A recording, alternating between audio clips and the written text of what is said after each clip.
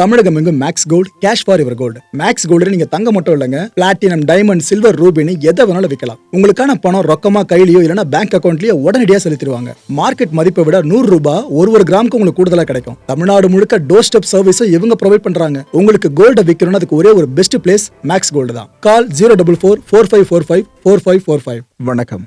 Big topic with Karthik Mayakumar. Epstein ஃபைல்ஸை பத்தி மறைந்த சுப்ரீம் லீடர் அலி கமனி இருக்கார்ல, அவர் ஏற்கனவே சொன்னாருன்ட்டு ஒரு விஷயம் பரவலா பேசப்பட்டு இருக்கல, ஒரு பதிவை கை காமிச்சு அதுல எந்த அளவுக்கு உண்மைத்தன்மை இருக்கு இதை பத்தி பார்க்க போறோம். அண்ட் இந்த அமெரிக்கா வெர்சஸ் ஈரான் கான்ஃபிளிக்ட் அடுத்த லெவலுக்கு போயிருக்குல்ல, இது எல்லாத்த பத்தி தான் பேச போறோம். நிகழ்ச்சிக்குள்ள போலாம்.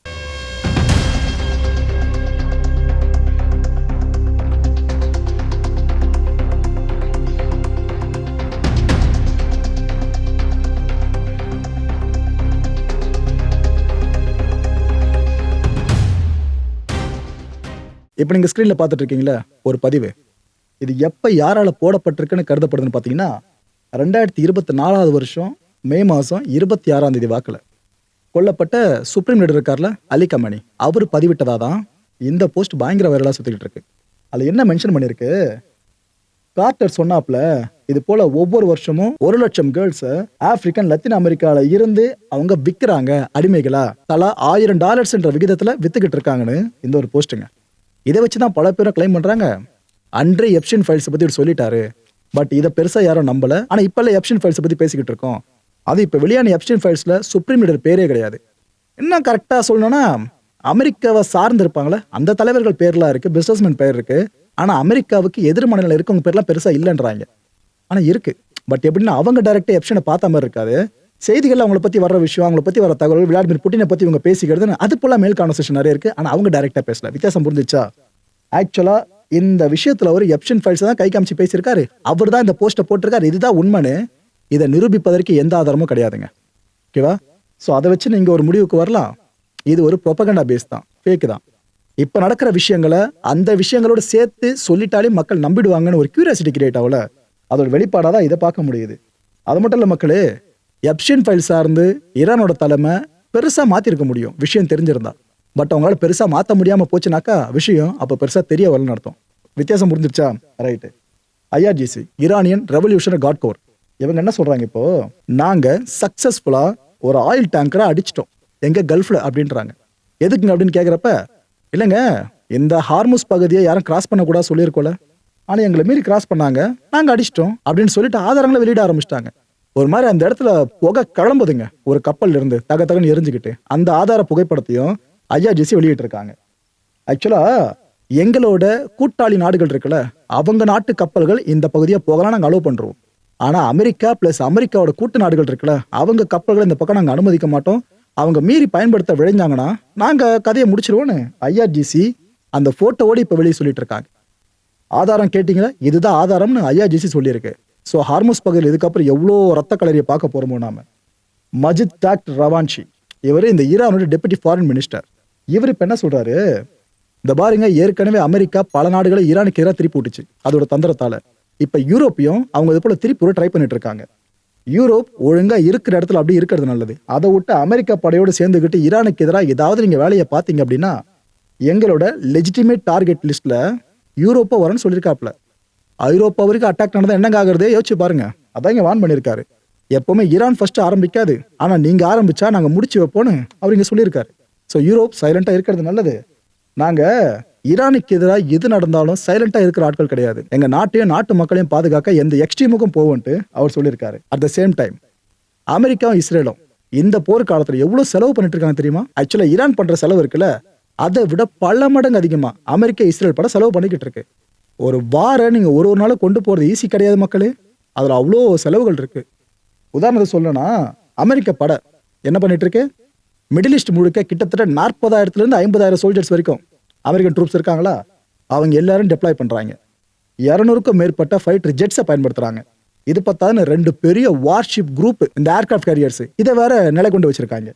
இதுக்கெல்லாம் ஒரு நாள் ரன் பண்ணும் அப்படின்னா கோடிகளில் இறங்கணும் பைசா, அவ்வளோ செலவாகும். இந்த பீட் ஹெக்ஸத் இருக்கார்ல, யூஎஸ் செக்ரட்டரி ஆஃப் ஸ்டேட், அவர் என்ன சொன்னாரு, ஏங்க இந்த ஈரான் நம்மளை அண்டர் எஸ்டிமேட் பண்ணிடுச்சு. சரி போர் ஆரம்பிச்சிட்டா அமெரிக்கா கொஞ்ச நாட்கள்லாம் தாக்கு பிடிக்கும், அதுக்கப்புறம்லாம் முடியாது, ஏன்னா செலவு பயங்கரமா இருக்கும்னு சொல்லிட்டு அவங்க பேக் அடிச்சிருவாங்கன்னு நம்மளை மிஸ்கால்குலேட் பண்ணிட்டாங்க. அதோட விலையை இப்ப ஈரான் கொடுத்துக்கிட்டு இருக்கு. நாம நினைக்கிற டார்கெட்ல அடிச்சு முடிச்சுக்கிட்டு இருக்கோம். நம்ம கிட்ட காசு இல்ல, கம்மி கிம்மின்றாங்களே. போதுமானதை விட அதிகமான ஆயுதங்கள் கையிருப்பு நம்ம கிட்ட இருக்கு. வெடிமருந்துகள் கையிருப்பு நம்ம கிட்ட இருக்கு. செலவு நம்ம என்ன பண்ண தயங்குவான்னு எல்லாத்திலும் பெஸ்டா இருக்கும்னு பீட் சொல்லியிருக்காப்ல. சரி ப்ரோ, அப்படின்னா செலவாகும். இந்திய ரூபாய் மதிப்புல சொல்ல முடியுமான்னு கேட்டீங்கன்னா இப்ப டீட்டெயிலா சொல்றேன். அமெரிக்கா ஒரு நாளைக்கு எவ்வளவு தரம் அந்த போர்க்காலத்துல செலவு பண்ணுது? இந்திய ரூபாய் மதிப்புல 8274 கோடி ரூபாய் ஒரு நாளைக்கு சொல்றேன். இந்த ஏர்கிராஃப்ட் கேரியர்ஸ் இயக்கிறதா இருக்கட்டும், போர் விமானங்கள் சார்ந்தா இருக்கட்டும், ட்ரூப்ஸ் டெப்ளாய் பண்றதா இருக்கட்டும், இந்த ஏர் டிஃபென்ஸா இருக்கட்டும், எல்லாத்துக்கும் சேர்த்து 8274 கோடி ரூபாய் செலவு பண்றாங்க ஒரு நாளைக்கு. இதுல இந்த ஆபரேஷன் எபிக் ஃபியூரி ஆரம்பிச்சாங்கல்ல, அந்த ஆபரேஷன் ஆரம்பிச்ச முதல் 100 மணி நேரங்களுக்கு மட்டுமே கிட்டத்தட்ட 34,015 கோடி ரூபாய் செலவு பண்ணியிருக்காங்களாம். 34,000. இந்த டோமஹா க்ரூஸ் மிசைல்ஸ் இருக்குல்ல, இது ஒன்றுத்துக்கான காஸ்ட் பார்த்தீங்கன்னா 18 கோடி ரூபாய். இந்த பேட்ரியாட் இன்டர்செப்டர் மிசைல்ஸ் இருக்குல்ல, இதோட ஒன்றுத்துக்கான காஸ்ட் 32 கோடி ரூபாய். இந்த தாடி இன்டர்செப்டர் மிசைல்ஸ் இருக்குல்ல, அதோட ஒன்னோட காஸ்ட் 110 கோடி ரூபாய். இன்டர்செப்ட் பண்றாங்கன்னு அசால்ட்டா சொல்றோம். ஆனா ஒரு இன்டர்செப்ட் மிசைலுக்கும் இவ்வளோ செலவு பண்ணணும் அவங்க. புரியுதா மக்களே? எவ்வளோ காஸ்ட்லிஸ்ட் வராது போயிட்டு இருக்குன்னு சொல்லிட்டு. ஒரு பக்கம் அமெரிக்கான்னு பார்த்தா இன்னொரு பக்கம் இஸ்ரேல் கதையை பாருங்க. அவங்க செலவு பண்றதும் இந்த வார் ஆரம்பிச்சதுல அந்த ஆரம்ப காலகட்டம் அப்போ ஈரான் கிட்டத்தட்ட 200க்கும் மேற்பட்ட பேலிஸ்டிக் மிசைல்ஸை இஸ்ரேல் மேல ஏவனாங்க. இஸ்ரேலோட டிஃபென்ஸ் இருக்குல்ல, அது முடிஞ்ச அளவுக்கும் ஸ்டாப் பண்ணுச்சு. அந்த மிசைல்ஸை இன்டர்செப்ட் பண்ணிச்சு. ஒரு சில மிசைல்ஸ் இஸ்ரேல் மேல வந்து விழவும் செஞ்சது. ஆக்சுவலா இஸ்ரேல் ஒரு வாரத்துக்கு இந்த போர்க்கால சூழல் ஆரம்பத்தில் செலவு பண்ணது பார்த்தீங்கன்னா 27,580 கோடி ரூபாய். எவ்வளோ அமௌண்ட் பார்த்தீங்களா? எக்ஸ்பென்ஸு இன்டர்செப்ட் பண்றதுனா நீங்க இவ்வளோ தூரம் செலவு பண்ணணும். அதாவது உங்ககிட்ட மழை அளவுக்கு மிசைல்ஸ் இருந்தால் போதும், அதை நீங்க லான்ச் பண்ணி எதிரியை பலவீனப்படுத்துறதுக்கு, ஃபினான்ஷியலா பலவீனப்படுத்துறதுக்கு ஒரு வாய்ப்பு இருக்கு. ஈரான் அந்த கேம் தான் ஆடிட்டு இருக்க மாதிரி இருக்கு. இவங்க இன்டர்செப்ட் பண்ணியே ஒட்டு மொத்தமான பட்ஜெட் இதுல போட்டுருவாங்க போல இருக்கு. ஃபுல்லா டிஃபென்ஸ்க்காக செலவு பண்ணி அந்த அளவுக்கு அழுத்தத்தை ஈரான் மறைமுகமா இஸ்ரேல் கிரியேட் பண்ணிட்டு இருக்க ஒரு முறையும். இதை நம்ம 12 டே வார் டைம்லயும் பார்த்தோம், அது இப்பயும் பார்த்துக்கிட்டு இருக்கோம். ஆனா ஈரானோட ட்ரோன்ஸ் இருக்குல்ல, அதுவா இருக்கட்டும், ஈரானோட மிசைல்ஸா இருக்கட்டும், அது இவ்வளவு எக்ஸ்பென்சிவ்லா கிடையாதுங்க. ரொம்ப சீப்பான அமௌண்ட் அதுக்குள்ளே உருவாக்கி வச்சிருக்காங்க. ஃபுல்லா அவங்க இந்த மிசைல் அவசரம் ஃபுல்லா எக்ஸ்பேண்ட் பண்ணால ஈரான் சாதாரண விஷயம் கிடையாதுங்க. சாங்ஷன்ஸ் அவ்வளவு ஹெவியா இருக்கும்போது இது பண்ணிருக்கு ஈரான். அந்த மிசைல் அவசரம் அவ்வளவு பெருசா மாத்திருக்கு. இதனாலதான் அமெரிக்காவுக்கு இஸ்ரேலுக்கு அவ்வளவு பெரிய த்ரெட். இவ்வளோ டைட் பண்ணி நீங்க இவ்வளவு பண்றீங்கன்னா சாங்ஷன்ஸ்ல லிஃப்ட் பண்ண என்னென்ன பண்ணுவீங்கன்னு அவங்களுக்கு அந்த பயம் வர காரணம் இதுதான். இந்த ஈரானோட மிசைல்ஸ் இருக்குல்ல, அதெல்லாம் இன்னும் கையிருப்புல இருக்கு. ரெடி டு லான்ச் அந்த ஸ்டேட்டஸ்ல ரெடியாவே இருக்கு போல இருக்கு.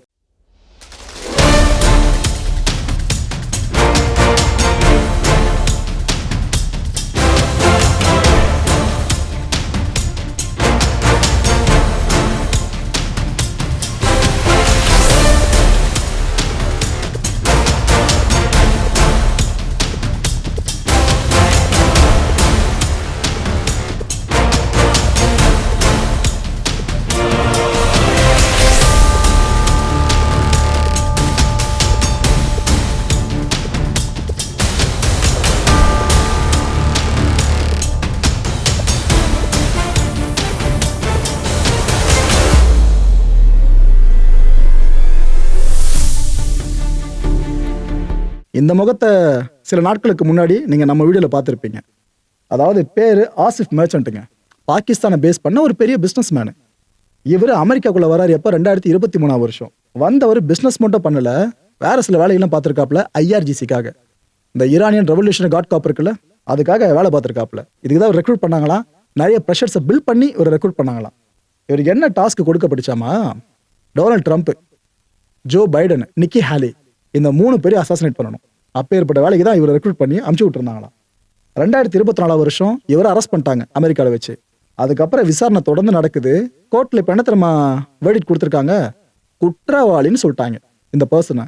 ஆதாரங்கள கரெக்டா இருக்கு, பண்ணி குற்றவாளி அப்படின்ட்டு. ஸோ ஆசிஃபுக்கு ஆயுள் தண்டனை கிடைக்கிறதுக்கு பெரிய வாய்ப்புகள் இப்போ ஏற்பட்டிருக்கு. இதுக்கப்புறம் சுத்தி நிறைய எக்ஸிகியூஷன்ஸ் அங்கங்க வெளிநாடுகள் நடந்தாலும் ஆச்சரியப்படுத்திக்கலாம். அமெரிக்கா தாண்டி வெளியே சொல்றேன், ஆச்சரியப்படுத்தி கிடையாது. SBI இவங்க ஒரு எஸ்டிமேஷன் இப்ப முன் வச்சிருக்காங்க. இந்த மிடில் ஈஸ்ட் வார் மட்டும் நிக்காம போயிட்டே இருக்கு அப்படின்னா இந்தியாவோட பொருளாதாரம் கடுமையா பாதிக்கப்படும் சொல்றாங்க. 2026-27 இந்த நிதியாண்டுக்குள்ளேயே இந்தியாவோட growth இருக்குல்ல, இது கண்டிப்பா ஸ்லோ டவுன் ஆகும்னு சொல்றாங்க. வார் கண்டினியூ ஆச்சு அப்படின்னா. அதுவும் ஒரு பேரல் கச்சா எண்ணெயோட விலை $130 அப்படின்ற நிலைமை எட்டுச்சு அப்படின்னா இந்தியாவோட GDP இருக்குல்ல, அது 6% அளவுக்கு மட்டும்தான் இருக்கும். அதுக்கு மேல நம்ம எக்ஸ்பெக்ட் பண்ண முடியாதுன்னு சொல்லியிருக்காங்க. SBI சொல்லியிருக்க முக்கியமான ஸ்டேட்மெண்ட்டுங்க இது. எங்கேயோ நடக்கிறது, இந்தியாவுக்கு என்ன பாதிப்புன்னு கேட்டீங்கன்னா நம்ம பொருளாதார வரைக்கும் அடிபடும். மற்ற பொருட்கள் விளையாட்டம் பெறது வேற. ஆனால் எரிவாயு சார்ந்த பொருட்கள் விலையேற்றம் பெருச்சுன்னா மற்ற எல்லா பொருட்களையும் ஏற்றி விட்டுரும். அதான் பெரிய ரிஸ்க்கு. நெத்தனியாக இருக்கார்ல, அவர் இப்போ தீவிரமாக செக்யூரிட்டி மீட்டிங்கை கண்டக்ட் பண்ணுறதுல உழைஞ்சிருக்காருங்க. ஏன்னா தொடர்ந்து ஈரான் இவங்களை அடிக்கிறது, இவங்க திருப்பி அடிக்கிறது இப்படியே போயிட்டு இருக்கு. இன்னொரு பக்கம் லெபனானில் வேற ஒரு வழி ஆக்கிட்டு இருக்காங்களா. ஸோ இப்போ செக்யூரிட்டி மீட்டிங் போட்டு முக்கியமான முடிவுகள் எடுக்காம வேற எப்போ எடுக்கிறது?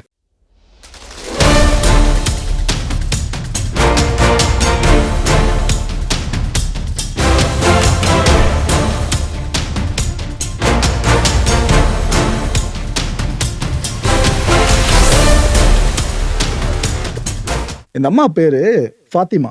இந்த லெபனான்ல பல மக்களும் டிஸ்பிளேஸ் ஆகிட்டு இருக்காங்களே, அவங்க தங்கிட்டு இருக்க இடத்துல இருந்து வெளியே வேற இடங்களுக்கு பாதுகாப்பு காரணம் கருதி போயிட்டு இருக்காங்களே, அப்படி போனவங்கள இவங்களும் ஒருத்தவங்க. இந்த அம்மா சொல்ற சில விஷயங்கள்லாம் கேட்கும்போது உங்களுக்கே அந்த வழி புரிஞ்சிடும் மக்களே. ஆமா, எவ்வளோ கஷ்டமா இருக்குல்ல அப்படின்னு சொல்லிட்டு. என்னென்ன சொல்றாங்கன்னா, ஏங்க இப்போ நான் என்னங்க சொல்றது, அதாவது போன வாரம் ஒன்று நடந்துச்சுல, அப்பவே எங்க வீட்டை அடிச்சு துவம்சம் பண்ணிட்டாங்க. நாங்கள் அந்த துவம்சமான வீட்டை ஓரளவுக்கு கட்டி எழுப்பணும், ஆனால் முழுசாவோட ரிப்பேர் பண்ணி நாங்கள் முடிக்கல. ஆனால் அதுக்குள்ளே இப்போ திரும்பியும் போர்னு வந்து நிற்கிறாங்கன்னா நாங்கள் என்னங்க பண்ணுறது? இவங்களோட மோதல்களில் நாங்கள் தான் இங்கே ரொம்ப கஷ்டப்பட்டுட்டு இருக்கோம். நான் மட்டும் இல்லை, என் குழந்தைங்க வேற இருக்காங்க. ஒட்டு மொத்தமாக நான் அப்புறம் என் குழந்தைங்களாம் சேர்த்து 4 பேருமே காரில் தாங்க தூங்கிட்டு இருக்கோம். அதுவும் ஓட்ட உடசலான காரு, அதுமாதிரி கிடைக்கிறத வச்சு தூங்கிட்டு இருக்கோம். நாங்கள் என்ன பண்ணுறது தெரியலங்க. தலையெழுத்து இப்படி தானே புரியலன்னு அந்த அம்மா சொல்கிறாங்க. சில நேரம் உட்கார்ந்து நான் யோசிப்பேன், நம்ம வீட்டை இப்போ நம்ம கட்டி முடித்தாலும் திரும்ப இதே போல் வார் வராதா அப்படின்னு யோசிச்சிருக்கேன். அது இப்போ நடந்துச்சு பாருங்க. இப்போ திரும்ப இந்த வாரம் முடிஞ்சதுக்கப்புறம் திரும்ப நான் என் வீட்டுக்கு போகிறேன்னாக்கா திரும்ப நான் அதை ஃபுல்லாக ரிப்பேர் பண்ணணும். அப்போ எனக்கு இதே தாட் இருக்கும், இதுக்கப்புறம் வார் வராதா அப்படின்னு எதை வச்சு நான் இதை கட்டி முடிக்க முடியும், வாக்குறுதியாக சொல்ல முடியுமான்னு அந்த தாட் வருமாமா. அவங்களோட ட்ராமா தெரியுது அவங்களுக்கு. இவங்க ஒரு உதாரணம் மட்டும்தான். இவங்கள மாதிரி பல குடும்பங்கள் அங்கே கஷ்டப்பட்டுக்கிட்டு இருக்கு. யூகே சொன்னதான் சொல்லிச்சு எங்களோட பேஸை நீங்கள் யூஸ் பண்ணிக்கலாம் அப்படின்ட்டு. அமெரிக்கா தொடர்ந்து போர் விமானங்களை இறக்கி தள்ளிக்கிட்டு இருக்காங்க ஈரானை ஸ்ட்ரைக் பண்ணுறதுக்காக. இந்த அமெரிக்கன் B-1 பாம்பர்ஸ் இருக்குல்ல, ஹெவி பாம்பர்ஸ், அமெரிக்க விமானப்படையில் இருக்கிறதுலேயே ஃபாஸ்டஸ்ட் பாம்பர் இந்த டைப் தான். இது அட்டாக்கு ரெடியாக இருக்கு மக்களே.